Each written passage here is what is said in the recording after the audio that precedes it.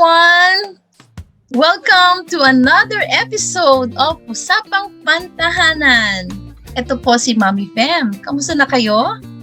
And of course, to my energetic partner na nasa Leyte ngayon. Hello, Mami Narlene! Kamusta ba ang fiesta ngayon? Hello, Mami Fem! Hello, mga kausapang pantahanan! Tama ka, Mami Fem, nandito ako ngayon sa Tanawan, Leyte. Kasi po sa August 15 ay feast ng aming Assumption of Our Lady. At syempre, dahil fiesta, kailangan naming sumama sa mga activities at syempre makapagsimba sa aming mahal na patrona. Alam pa po ninyo at ang aming pag-uusapan ngayon ay nakakatuwa, na nakaka-stress at nakakaroon din ng fears and anxieties kasi po we will be talking about postgraduate studies. And Mami Fem. At syempre, ang ating bisita ngayon, ang siyang magbibigay ng kanyang mga experiences at mag-share kung paano ninyo tatahakin ang buhay ng isang graduate or postgraduate student.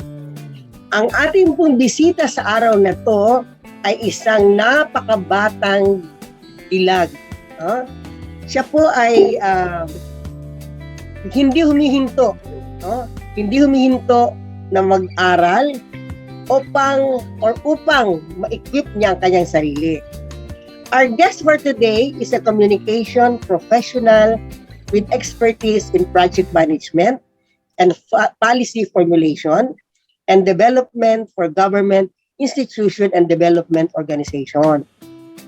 She offers project coordination in support of executive functions, strategic planning, technical and research writing such as policy briefs, terms of reference, reports, and quality management tasks. She also offers website copywriting for small business part-time or as her part-time, applying or writing knowledge for website conversion. She worked in the Philippine Department of Budget and Management as Information Systems Researcher, Researcher 3. She's currently taking up her Masters of Public Policy Political Science and Government at the Flinders University in South Australia. She took courses on public policy and management, digital transformation, and analytics at the Carnegie Mellon University in Australia too.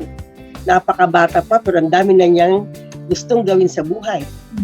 Some of her skills includes writing, teaching, project management, strategic planning, research, editing, report writing, data management, proposal writing, and project coordination. Parang napaka-high-tech para sa akin to, Mami Fem. For more of our talented guests for today, please like or log on LinkedIn and .com Faith Oren. Okay?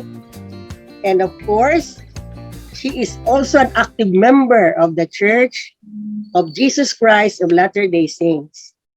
Mga kausapang pantahanan, please welcome Faith Oren as she shares her experiences as she travels the road to the graduate school program.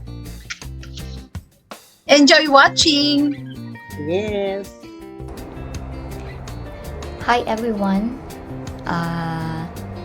Nandito ako ngayon sa Australia, specifically sa Adelaide. My reason for staying here is because of my master's program through the Australia Awards Scholarship. So, I've been one of the chosen and lucky scholars sa batch namin 2020. And I am in a targeted category, meaning nag-apply from a government or who is working from a government. I came here last June 9 via Sydney, and my program is Masters of Public Policy. So I will be taking this program for 18 months. So it's been a while now. It's been my 2 months here already, and I'm studying at the Flinders University at Bedford Park. So it is the main campus they have also in the city and at the Tonsley. So maraming program na ino-offer yung Flinders, and I belong to business, government, and law. I have 4 subjects. Just to give you a background about the academic study in Australia, it's more on coursework, but meron din thesis, but then they focus on professional development. So during my 4-week of stay here, I did the academic introductory program. That's where I plan my professional development plan, and marami silang support mechanisms for you to support you with your career. So since my goal is to make my career align to what I am doing right now sa government, and that is policy making. So as much as possible, I want to connect with professionals, even students who are public policy majors, and also who do research. And just this previous week, I did attend a career fair. So this Wednesday I will be going to the office of Deloitte, if I'm not mistaken. Kung tama ko ba siya pinronounce. So it's a consulting company, diverse field niya. Merong consulting, accounting, finance, cybersecurity, and other stuffs. So isa yun sa mga support mechanisms ng university for us para ma-apply talaga namin yung pinag-aralan namin dito. And also, I don't know, kasi first time ko mag-master, so I have only 1 subject per day, and I do it 3 times a week, and the rest of my week is focused on readings and doing my assessments. So there, academic wise, that's my experience as of now. In terms of the climate, Adelaide is perfect for international students, specifically because if you are coming from a tropical country, it is not really a shock for you. Ang pinaka malamig na temperature that I have experienced by far was at around 6 degrees Celsius, and you can bear with the cold. You just need to wear layers.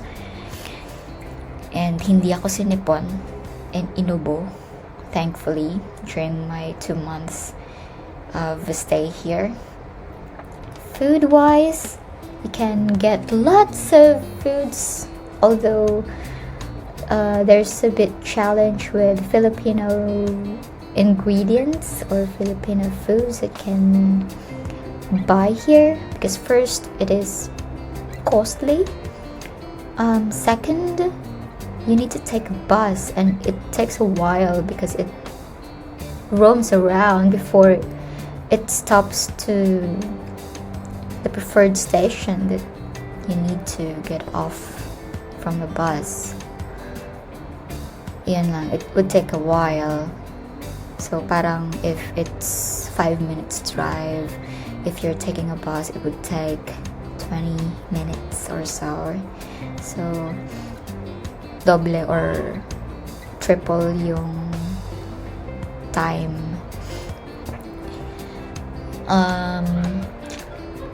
I am living with a host family right now, and all I can say is they're very accommodating. First is they have dual cultures, meaning Filipina and Australian. So naka-adapt ako kaagad sa system nila dito sa bahay, and I have a great room, cozy room, so that I could study well, do some research and paperworks, and also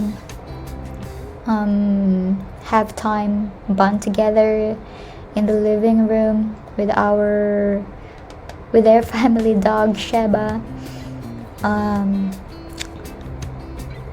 And yeah, transportation wise, all I can say, you can only ride a bus. That's the cheapest one. I've got a Metro card, a concession card. They offer 28 or 14-day pass for students at discounted price. Ano pa ba? Can take an Uber or a taxi or a cab. Yeah, a cab. Language-wise, yes, they're not speaking the American way. It's like an Aussie British way. They use some British words, English words. For example, moisturizer. They used to call lotions. They don't know the word lotions. They know moisturizers. As simple as that. And even such phrases. Well, I haven't experienced someone, an Australian, saying some difficult or yung mahirap na yung mga idiomatic, their own idiomatic expressions.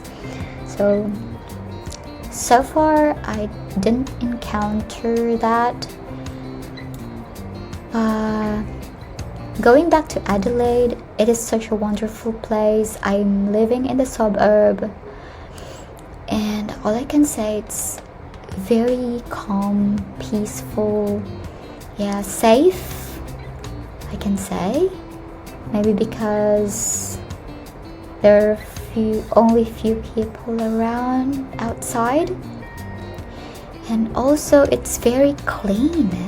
And the suburb are near the beach and jetties. Jetties are like, yung parang mahabang tulay going to almost the middle of the sea. So that's it. Para siyang pier dito. And then road wise, yeah, it's very cool.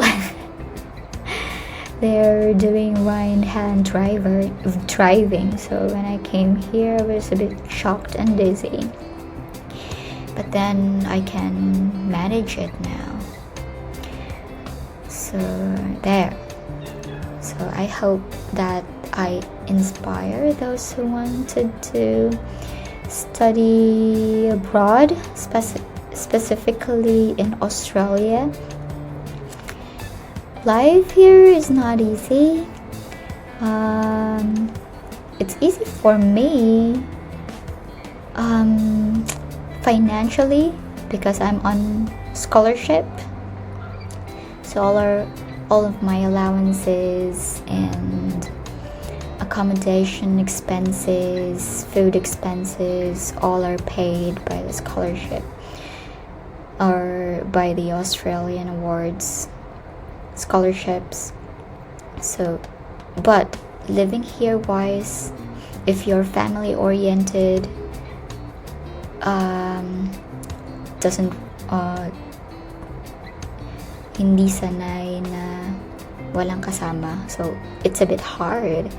I've been lonesome for my first 2 to 3 weeks here because first my family is away and even my loved ones, but I can still manage it praying regularly and always thinking about that they're just near with me.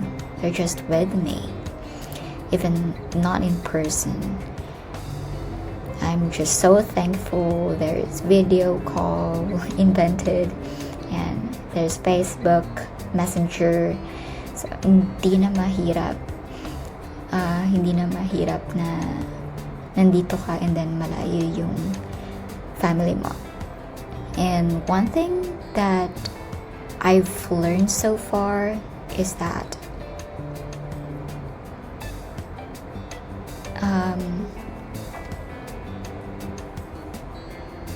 na kaya mo palang maging independent, that you can think for yourself, you can govern yourself and choose the right people that you need to be with, kasi sila yung magiging support mechanisms mo, and I am doing that now. And all I can say, because of that, I am happy and I can focus on my studies. So there. Hope I inspired you. And thanks for listening to me. That's all. Thank you. Maraming salamat sa iyo, Miss Faith Oren, sa napaka-inspiring sharing na binigay mo sa aming lahat. Sobrang hinahangaan ka namin sa iyong nakasipang Yes. chance to really push through with your career and your graduate school. Kasi alam mo, Mami, ang path kasi ngayon is to obtain your degree, postgraduate degree, o yung tinatawag na master's or PhD, especially when you are in the teaching profession. Pero yung kay Faith, kay Miss Faith Oren, dahil kailangan niya sa kanyang trabaho. And luckily, siya nga ay na-admit as one of the scholars sa isang prestiyosong scholarship sa Flinders University. Yeah. Alam mo, nakakarinig ako ng mga ganitong kwento. Sobrang napaka-inspiring para sa akin. Parang ako nga na nagtapos na ng aking grad school, diba? As a PhD holder in home economics. Pero sabi ko ba pwede pa rin? In due time. Yeah, oh. How about you, Mami Narlene? Anong masasabi mo sa kwento sa atin ni Miss Faith Oren? Alam mo, Mami Fem, ako'y hangang-hanga sa batang yan. Napakabata pa. Samantalang ako, nag-aral ako ng graduate program. Medyo may edad-edad na at medyo pinalaki ko muna yung mga anak ko. Pero siya, at that young age, malayo pang mamarating ng batang yan. Yes. At imagine mo, sa Australia pa siya nagkuha ng graduate program niya. Kaya nga, dadagdagan natin yung kwento ni Miss Faith. Yes. Kumbaga, introduction pa lang yung kay Miss Faith. Yung aming part naman na isi-share ni Mami Narlene, ay ito naman yung mga experiences na napagdaanan namin ni Mami Narlene nang kami po ay nag-PhD. No? Kami ni Mami Narlene ay nagtapos ng aming PhD or doctoral degree. At sobrang dami ng pinagdaanan namin. At sana itong episode na to ay makapag-inspire po sa inyo na kahit na anong edad ay pwede po nating i-push through ang ating mga pangarap. Lalong-lalo na kung ang pangarap medyo matayog. Di ba, Mami? Sa akin, napakatayog na yung PhD program ka Oo naman. Okay, so here are some of the tips that we can share with you kung kayo po ay nagpaplano na mag-push through ng inyong master's or doctoral degree here or in abroad. Kaya naman ang ating episode title is Surviving Graduate School Here and Abroad. Okay, so, alam mo, Mami, ang ating pong isi-share ngayon ay hango, no? Bukod sa ating kasaysayan ng buhay, ay hango din sa isang PhD na nag-share ng kanyang tips, no? Na si Dr. Carol Williams Nicholson ng American Psychological Association of Graduate Students. At isa sa kanyang mga i-share ay ito pong mga tips. And I would like to share muna yung tip number 1. So yung tip number 1 is know how you work. O alam mo, Mami, napakaganda ng tip na ito. Yung know how you work. Kailangan sa grad school, di ba, Mami? Sa graduate school, you should learn when you're most productive and when you are not. Yes. Kung iniisip ko nga ano ba ang most productive sa akin? Ako kasi sa akin, ang most productive ay yung panahon na nasa school ako Kaya dapat talaga pag nasa eskwelahan ka, gawin mo na lahat. Diba? Kasi pag nasa school ka, andun yung environment na kung saan lahat nag-aaral. Diba iba? Kaya lang ngayon online. Yun ang problema natin pag online. Although we can work it out, dapat lang talaga yung proper mindset and of course time management, which is mamaya pag-uusapan natin. Ayan, Mami. How about you, Mami?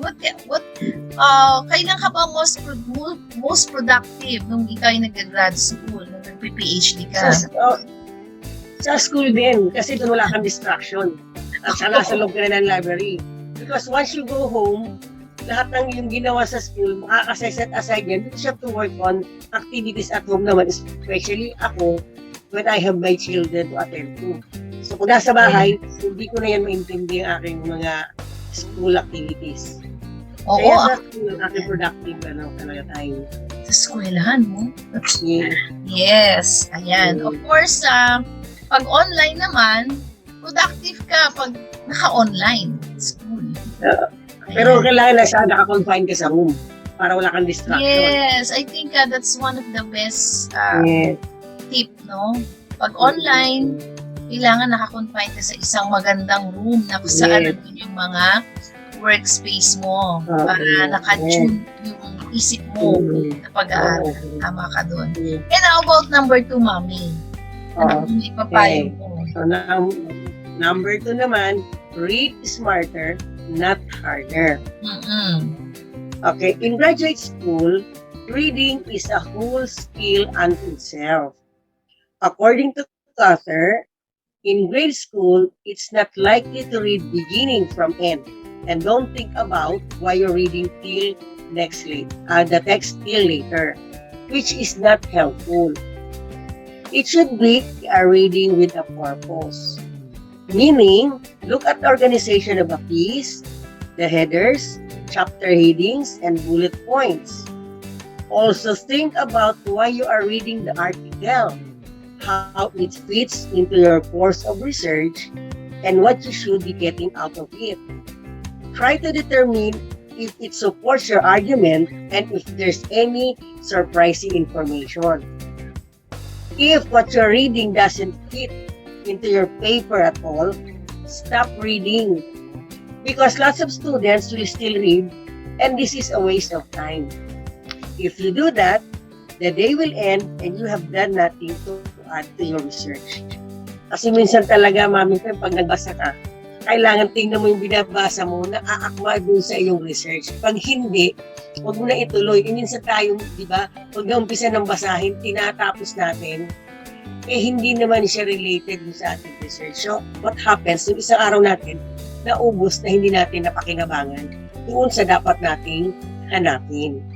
Kaya when you see what you're reading is not in line with what you're doing, iset aside yun na muna yun. And then look for materials which will answer to your topic. Noon. Yes, I totally agree with you, Mami. Parang nakaka-relate ako dyan. Sa dami ng hindi lang ikaw. Sa dami ng gusto mong ma-explore, ay nakakalimutan mo na, no? Ang iyong dapat pagtuunan ng pansin. Ayan. So, yan. And then we are now in tip number 3. Pero alam mo, Mami, just to add something about this topic, about reading, meron akong nabasa na may mga paraan pala on how we can read purposefully. Sabihin yung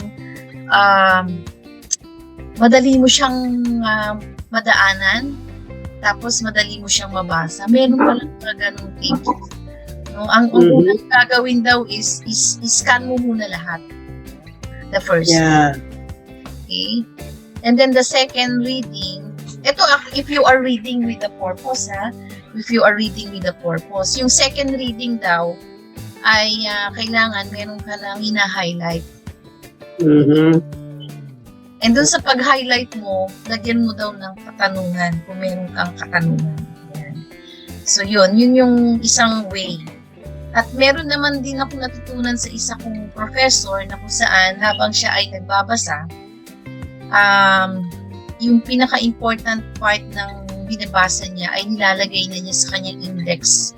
Kasi di ba, Mami, we are doing our review of related literature. Related, yes. Kailangan na i-ano mo na siya, isulat mo siya.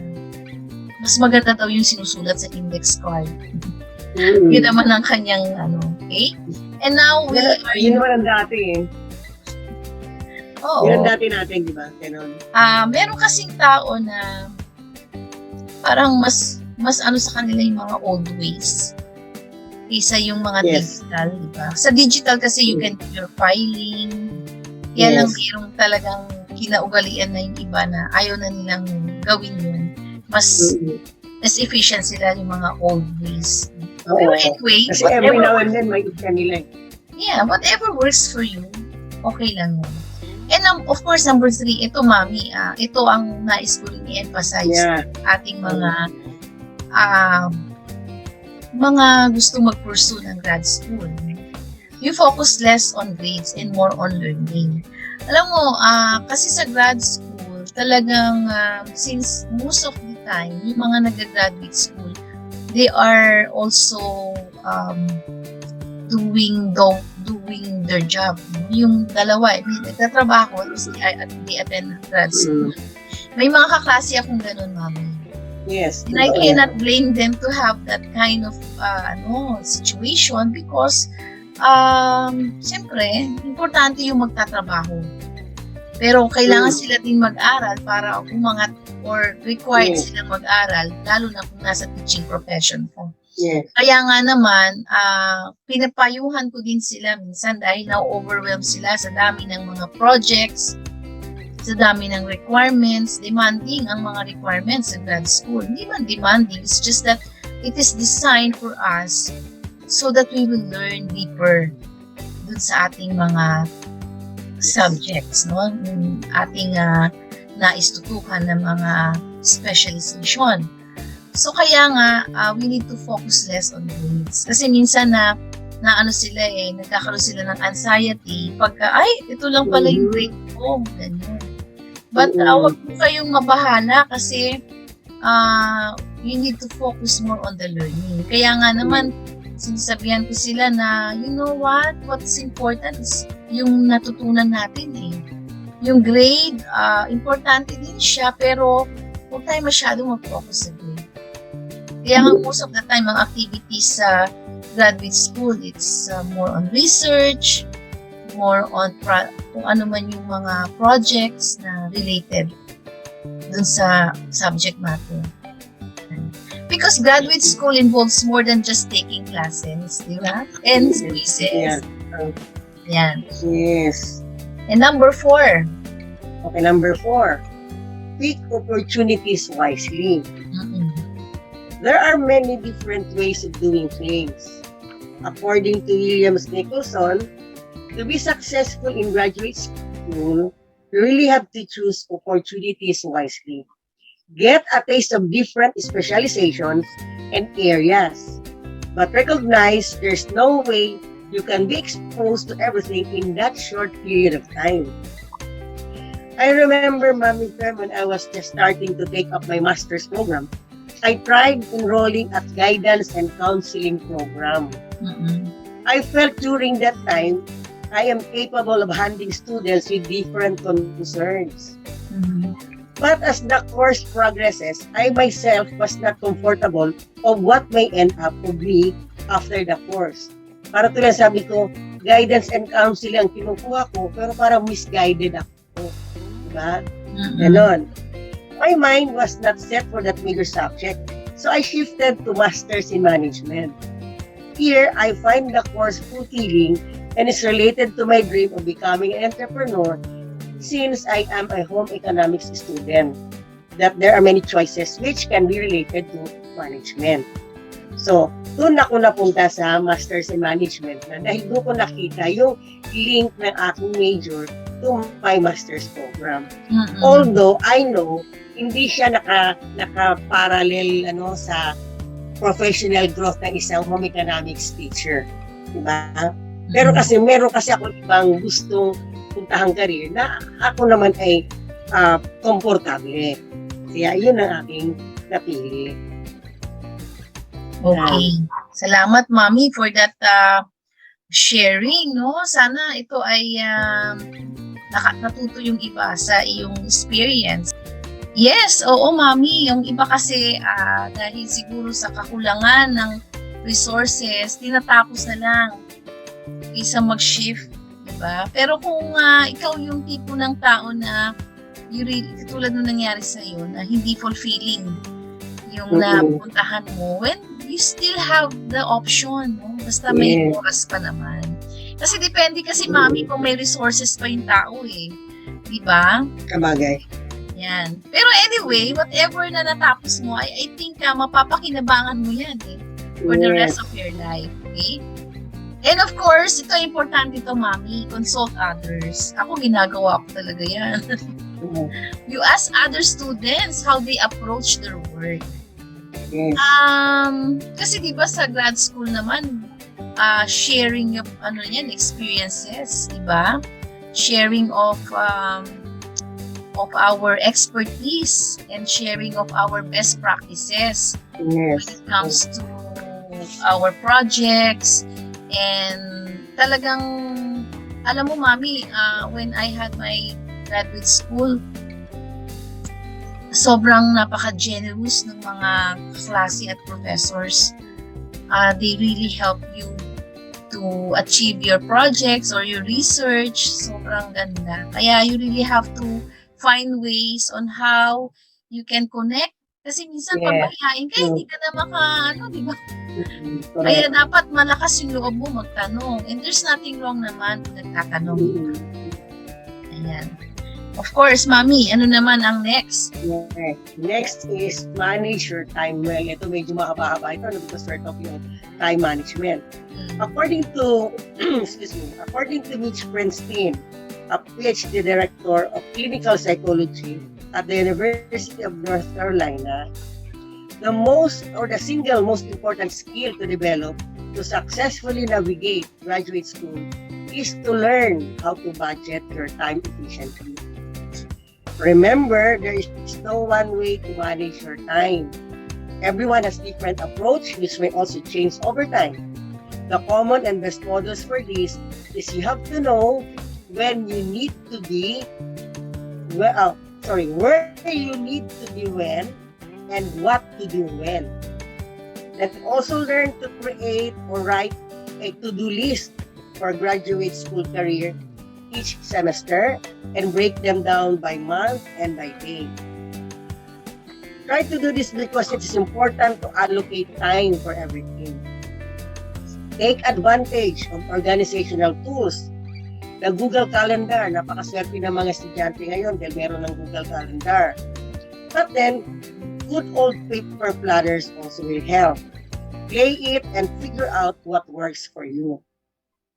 And then, of course, learn how long it takes to you to complete a specific task. Be sure you're setting a realistic estimate. Then always keep a big picture in mind or else you get entangled up on one task. Take a realistic look and decide if you have to drop something and if you have to allocate less time for something. And of course, don't pressure yourself too much. If you need an extra year to finish your program so you can maintain your sanity and live as a less stressed and better person, so be it. There are people who try to cram a lot and feel pressured to complete a short period of time. I think the end result is probably not worth the stress that endured for that. Hindi ka magiging happy sa iyong ma-accomplish pag naging stressful para sa iyo. Okay, and one more tip. Dr. Princeton would like to remind you, don't allow unhealthy perfectionism keep you from attending to all the demands of graduate school. Well, I remember, Mami Fem, when I met a friend, ang sabi niya sa akin, he knows that he is not that bright as his classmates in the graduate program. But he says, I am full of perseverance, prayers, and determined to finish my graduate program. So, I took all the required subjects and selected friendly, accommodating, and understanding professors in the early stage of my studies. Okay? So, in the last part of my journey, I took all the subjects that is a bit difficult and with professors who everybody says is a bit terror and difficult to please. By doing so, I didn't have to fear graduate school in the early years and was inspired to go on. So in the later years, these subjects and professors didn't make me lose hope to finish because my mind was set. That's a matter of few more years and I will get to graduate. True enough, with prayers and perseverance and having all the patience to listen to all my professors' challenges, I finished the course still sane and happily reminiscing my graduate life. So yun pala sikreto, Mami Fem. Unahin mo muna yung mga subject na medyo magaan at mga easy to approach professors. Then yung mga medyo mahirap-hirap, sa huli mo na kunin. Because at the end of the day, pipilitin mo nang matapos because you've already accumulated a lot of semesters. Tama rin naman, ano? Medyo maganda rin naman na tip yan. Yes. Yes, Mommy. I totally understand kung saan yung kwento mo. But there are instances wherein you don't have any choice. Yeah, oo. But stay on the program, kung ano yung program of study. Kasi ang hirap din pong kumuha ng subjects kung hindi naman siya nandun sa semester na yun. Oo, yun lang. Ahapin mo yung subject na yan para makagraduate ka on time. What works for me, Mommy, bukod doon sa mga nabanggit mo, in managing time well, what works for me is, of course, your program of study should be in line dun sa timetable mo. Yan ang isa sa mahalaga, no? You need to keep in touch with your program advisor. And about, hard teachers, we cannot do something about it na eh. Yes. So, what we can do is yung tayo ang mag-a-adjust. Yes, And I think that is one way to learn. Alam mo kasi sa grad school, Mami, hindi lang naman yung learning sa subject eh. Mauhone din yung learning mo on how to deal with difficult circumstances and with difficult people. Doon ka na, doon ka nag-grow on how to, maraming growing pains sa grad school. Pero, I think we need to approach, because we are all grown-ups na. When we are in graduate school, you're already in your 30s, your 40s, and I think hindi na tayo dapat tumandang paurong. We need to approach those difficulties with, sabi nga ng friend mo, with prayers. And of course, I think with positivity. Yan na lang I think that works for me. Although, umiyak din ako. Ako rin, sister. Umiyak din ako kasi syempre, mga tao lang naman tayo. Pero, I take it, I don't take it personally.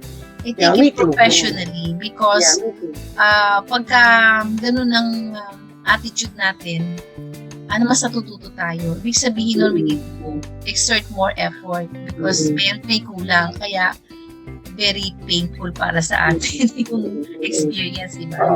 Kaya lang kasi meron din mga taong hindi ganun din katindi ang kanya emotional quotient sa mga ganung bagay. So para naman ang kanya kasi makatapos sa isang program, so kung anong pwede niyang magawa na hindi siya masyado may stress, tinigilan na muna kanyang, pero at the end of the day, tatapusin niya yung kanyang yes. Oo, tama naman. Kanya-kanyang kanya-kanyang ways on how we can deal with our stress. Kasi graduate school is really a stressful endeavor. Diba? Hindi naman natin maaalis yan. Kahit, ang ko nga dyan ang buhay talagang may stress. Diba? Kaya lang, how are we going to deal? Yun yung naman ang difference. Yes. Kaya naman, Mami, sa tip number 7, don't see grad school as the end of the road, no? Yes. Na-stress ka na sa grad school, maghanda ka ng, another stress after. Kasi yung iba, akala, pagkatapos ng PhD, ay, salamat, makapagpahinga na ako.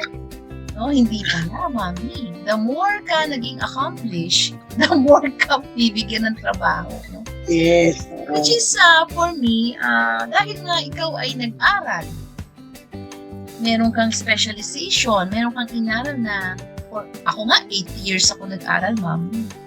Because pinagsabay ko yung teaching and pag-aaral, no? So, same here. Alam mo, Mami, rewarding pala yun na nagawa natin, yung mga ganito. No? Yes. It's rewarding. Kaya naman, after grad school, there's still a lot of learning to be done. And because learning is a lifetime endeavor, dapat ganun ang isip natin. Hindi yung pahinga. Although bang pahinga, importante yung pagpapahinga.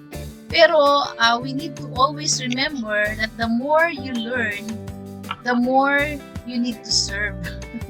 Yes. Or mag-share ng knowledge. Kaya ka nga nag-PhD, diba? Or nag-masters. Ayan. At Mami, every day is a learning experience. Lalo na pag nasa academe ka. Yes. Ako masaya ako, Mami. Masaya ako na may nagtuturo sa akin kahit PhD ka na. Yes. Yung mga estudyante ko nga, Mami, nga pala, shout out to all my students. Sa undergrad nga yung mga bagay na hindi ko na alam, nalalaman ko mula sa aking mga estudyante. Diba? Kasi two-way yan laging two-way ang learning process.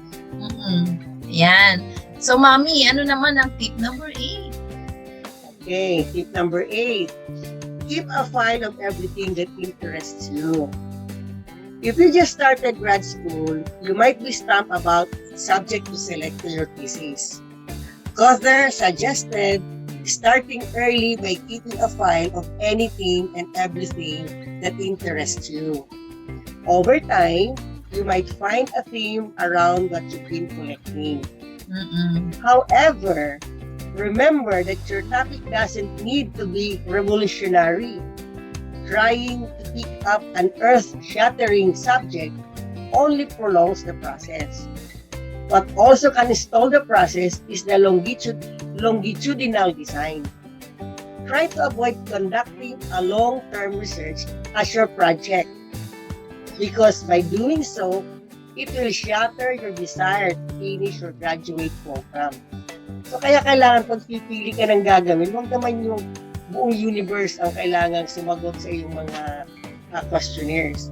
Kailangan medyo kunin mo lang yung topic na makakatulong sa iyo at kumbaga attainable, di ba? Yung ating objective, no, na attainable dapat, time bound, yan. So, bumabalik pa tayo sa basic natin. Measurable, attainable. Yan, totoo yan, Mami. No? I think this tip applies for those who are not yet decided about their dissertation or thesis. Kasi as early as, kunyari, kung ikaw ay master's, kunyari 4 years ang binigay sa'yo o 2 years, yung first year mo ng pag-aaral, kailangan gumagawa ka na ng mga files mo na para yung lahat ng mga gusto mong aralin, sisimula ka na. Para may definite subject matter ka na when you are decided, finally decided kung sa iyong thesis. No? Yan. Okay? And of course, number 9, be thoughtful when choosing your committee members. No? Alam mo, Mami, I think ito isa sa pinakamahirap na ginagawa ng mga graduate students. Kasi they really have to search the best person to help you na maitawid ang iyong research work. Especially if ito ay dissertation or masteral thesis. Kasi you have to consider the work, yung kanilang specialization, yung work style, their expectations and philosophy. I think ito yung isa sa pinaka-challenging part sa akin when I was choosing. Challenging talaga sa akin, Mami, saan ko hagilapin yung mga panel members ko na ito yung qualification. And ang isang challenge pa niya kung papayag sila. Oo. Okay? So, iyan ang isa sa pinaka-challenging. Kaya naman, samahan nyo ng dasal. Oo.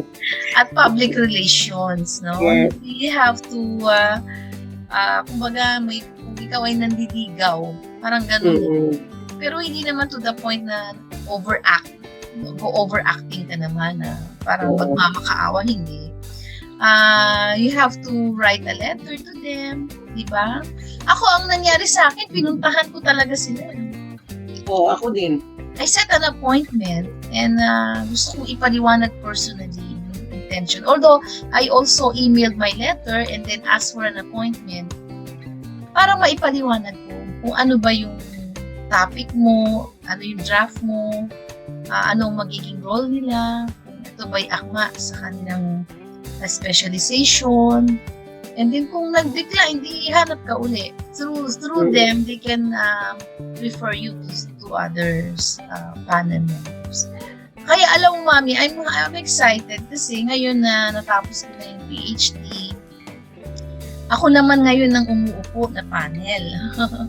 And I've learned a lot, Mami, kasi pag panel members ka, isa ka sa mga panel member, ang dami-dami mo natututunan mula sa mga kasama mo na nagpa-panel. Tumutulong sa researcher. Kaya yan, no? Okay, so next is? Okay, next, write it your way. If you are like other students who assumes to start at the very beginning when writing a thesis or dissertation, it will take you forever to accomplish your work. Write whatever you can, wherever you can. Start with whatever points make sense to you. Remember, you are making multiple drafts and it is easier to edit than to rewrite or than to write. Sometimes it is easier to talk about materials instead of doing the academic writings. According to Cutler, if that is the case, just write as you are talking.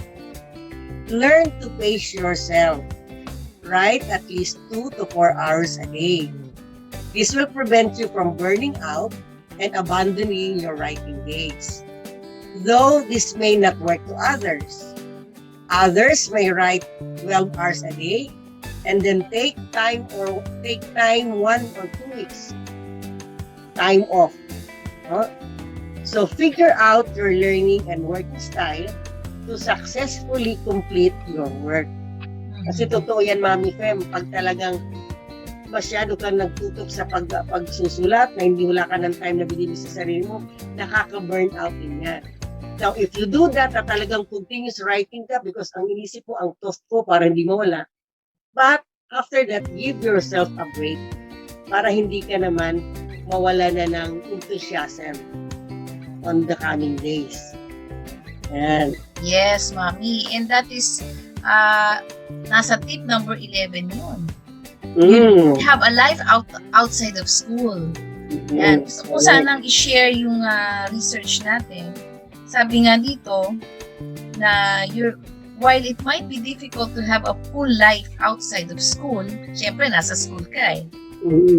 Time away from school is the key to your well-being. Tulad ng nabanggit mo kanina, no?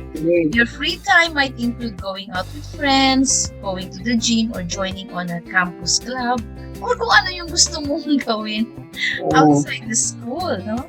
This also means practicing good self-care. Ay, yan ang importante. Yes, you need to take care of yourself. Because many students think that once they finish the program, their schedule will free up. Diba? Demands will decrease and challenges will ease up.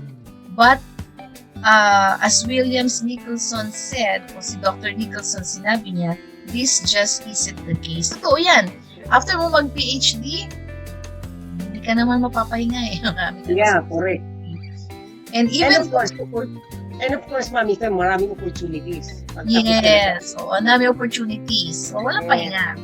Pero kailangan lagyan mo ng pahinga ng konti. Hindi man konti, self-care na tinatawag, and your life outside school, no?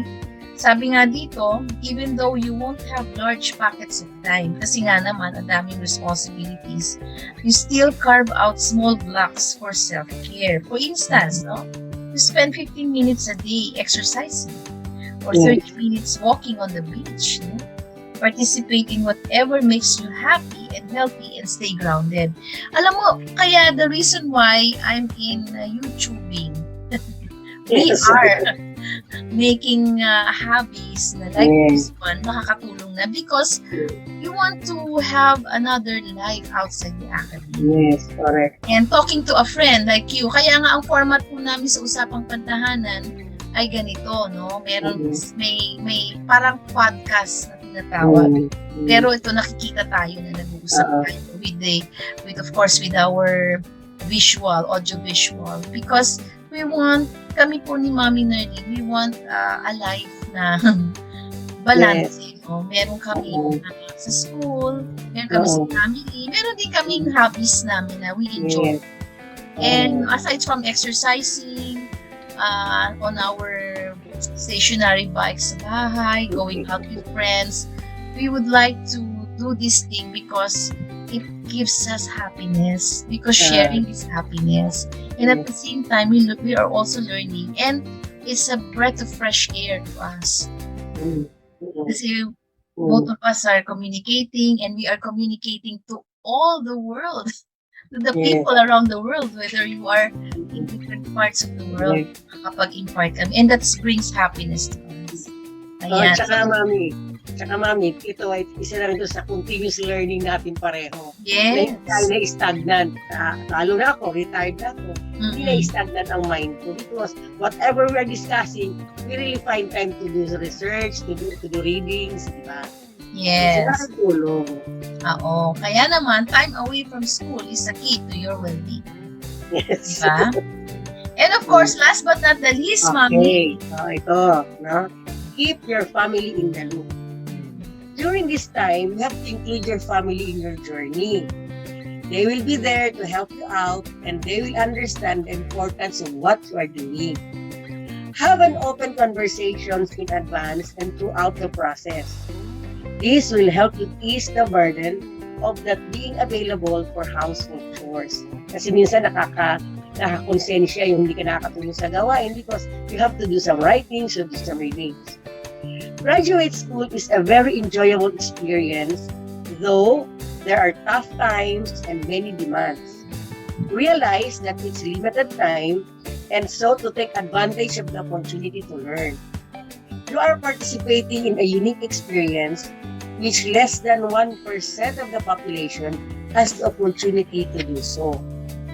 Kaya nga, to all my students, shout out ko rin, mga students ko sa Technological University of the Philippines, Manila, under the College of Industrial Education, major in Home Economics, and from the College of Liberal Arts and Management, keep on spreading your wings and pursue postgraduate studies. Mommy Fem and I are very happy if you give yourself a chance to be in a new environment. Graduate school may be a bit tough and challenging, but at the end of the day, you will be proud that you dared where others did not. And Yes. so, lahat kayo, we are encouraging you to go and get your postgraduate education. And, Yes, Mami. And gusto ko rin magbigay ng comment about itong tip number 12. Kasi it really helped me a lot. yes. Kasi nung time na ako ay nasa lahat naman ng stages ng aking graduate school, nung ako ay nagsisimula, nasa middle na ako at patapos, my family really helped me ng mga household chores and kumbaga hingi ka ng help sa kanila lalo na kami ni Mami Nerlin, we're mothers na na nag-grad school kami. Okay lang sana kung single, di ba? Oo nga. Ang family members, they really help you. They will really help you, especially during the time when I got sick during my dissertation writing. Aside from getting sick, yung dissertation writing itself na you really have to make time for that para makatapos, di ba? Yes. So I asked help from my children during the pandemic, Mami. It's during the hard lockdown that happened. Ang dami-daming problema health-wise. Of course, how to go through the pandemic positively, and then you have your dissertation writing. So what I did is I opened up to my family. I actually asked a blessing from them, prayers, and of course dito sa bahay, sinong pwedeng magluto. Yes. Because I'm not feeling well. A lot of things are happening, and I'm in a depressed situation. So, yun na, Mami, kailangan talaga na we need to ask help. And of course, I asked, of course, help. I think from you din, no? During the time when I am going through rough moments of my life. During that time, si Mami Nerlin and Usapang Pantahanan help me to keep stay positive. Oo, yung mental health ko. Because of Usapang Pantahanan, it saved me pa rin, no? Because lagi ko nakakausap si Mami Nerlin weekly and update her tungkol sa mga challenges ko sa aking paper. So yun, no? Ganun talaga ang buhay, mga katahanan, no? Dapat talaga kung ano man ang decision nyo, mag-graduate school or kumuha man ng ibang course kahit hindi graduate school Kung gusto mo lang mag-aral ng TESDA or whatever na gusto mong pasukin, go for it. Kung talagang yun ang interest mo. No one can stop you from learning. Kasi ang learning talaga, it's an important part of our life for us to grow. Of course. So we encourage the mommies, the daddies, ate, si kuya, kahit hindi graduate school. Basta something so kasi hindi naman kasi lahat ay may opportunity mag-grad school, di ba? Lalo na kung kulang sa pera. No? Tapos minsan malayo ang eskwelahan. Kung hindi naman yun ang talagang kailangan, no, for sa situation mo. Ang graduate school kasi most of the time para yan sa mga teachers. Diba? Sa mga nagtatrabaho sa government o sa private institution. Pero, kahit naman siguro, Mami, na hindi ka affiliated sa mga institution, academy, if you want to push through it, graduate school, why not? Kailangan din. Kahit nandun ka sa business world, kailangan din yan. Diba? Para tuman. Ayan, so Mami, ang dami na nating mga na-share. Parang ang tagal na ito. Siguro dahil na-relate sa topic na to, no? Perfect. May dagdag ko rin pala, Mami, during the time din ng aking dissertation. Siguro mga 2 linggo yata ako, pinayagan ako ng asawa kong tumira doon sa aking coach. Kumbaga, nag-aalalay sa akin para matapos ko yun. 2 weeks akong pinayagan niyang doon tumira. Hinahatiran niya ako ng pagkain kasi hindi pa usong grab doon. Hinahatiran kami ng bigas and everything. Para lang ako makakonsentrate. Kasi pag mami nasa bahay talaga, mami na nakikita, hindi ka makaka-focus. Kaya talaga napakalaking tulong ang family. Naintindihan ako ng mga anak ko, naintindihan ako ng asawa ko. Yan. So kailan talaga laging family ang iyong magiging strong support. Okay. Yes, so nako talaga naman. Kaya naman, maraming salamat po sa pakikinig. Thank you, Mami Nardine, for sharing your experiences too. And of course, to Miss Faith Oren, sa kanyang napaka-inspiring experience to do graduate school abroad, which is maganda na naging guest natin si Miss Faith Oren because ang daming-daming kasing edad niya na minsan ay nag-aatubili, no? I think we hope na nakabigdag inspirasyon tayo. Kasi nga sa pamamagitan ni Miss Faith Oren, na batang-bata pa pero sige lang, no? Go and go. Yan. At syempre, sana ma-inspire din yung iba sa amin. Kasi kahit na kami ay nag-grad school na, our age is po, ako nasa 40s na ako when I entered. Ako naman, bata pa. 40s or nasa late 30s, no? Pero it doesn't stop us from learning kahit gano'n ang edad namin. Okay, so mga katahanan, like, share, and subscribe sa ating YouTube channel at see you next week sa another episode ng Usapang Pantahanan. And of course, shout out to all my students! Ayan, sa UP Diliman. Ikaw, Mami Narda, ano yung parting words? Okay, it's bye-bye time again. And we hope we have shared something for all our future graduate students.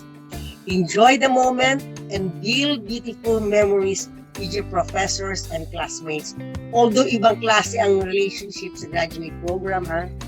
And whatever you learn in the graduate school, make a rippling effect to your students to appreciate the academic world and the real life ahead of them. Again, like, share, and subscribe to our YouTube channel, Usapang Pantahanan. And if it is not asking too much, please include like, share, and subscribe my YouTube channel, Lali's Project, where I share my skills in sewing and other HE activities. Thank you very much, Mami Fem. It was nice meeting you again.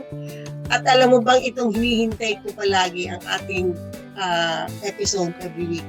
Nagkakakwentuhan tayo, nagkakatawanan, siyempre, ang pagiging sa isa't isa na iibsan because we have time to interact with one another. Kaya thank you very much. Thank you too. Ito po si Mami Fem.